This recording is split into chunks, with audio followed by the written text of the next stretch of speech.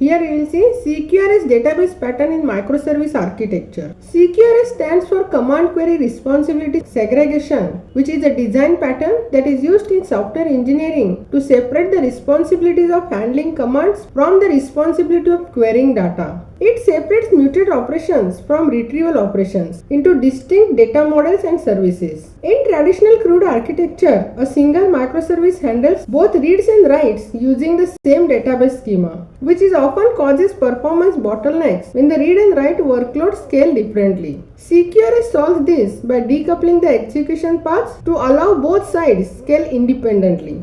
The command side represents an intention to change the state of the system, for example, place order, submit review, etc. The command side cares about business rules, data integrity and validation. It returns no data, but only it returns a success or failure status. And the query side strictly reads data from the system without modifying anything. For example, get order details, search any product, etc. The query side bypasses business logic completely. It is designed to pull pre-formatted data as quickly as possible, which is often utilized specialized data transfer objects. CQRS pattern is used for different situations. First, high read-write imbalance. Use CQRS pattern when read operations drastically outnumber write operations or vice versa and need separate scaling strategies. Then complex business logic. It is ideal when data model for processing commands requires heavy validation and complex domain rules, while queries only need fast and flat data transfer objects. Then collaborative domains. It is helpful when multiple users content for the same records, which allows commands to serialize updates and minimize merge conflicts.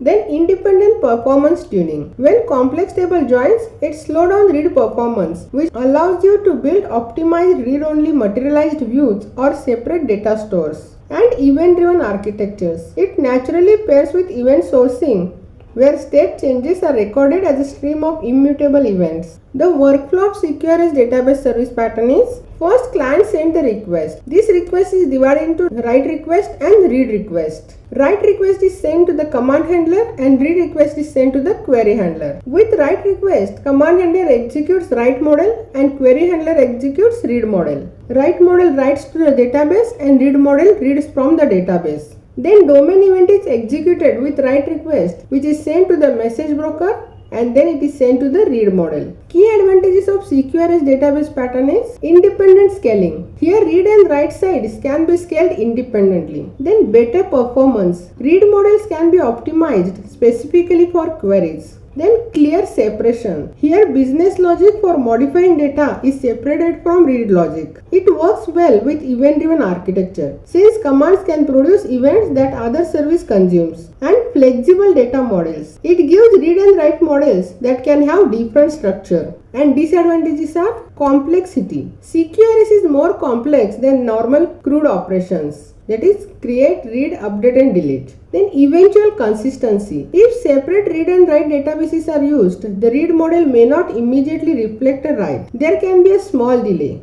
That is, first write database updated, then event is published, and then read database is updated. More infrastructure required. Here we may require more infrastructure like message broker, event handler, separate read model and monitoring. With CQRS model, it increases the code base since separate commands, handlers, queries are required.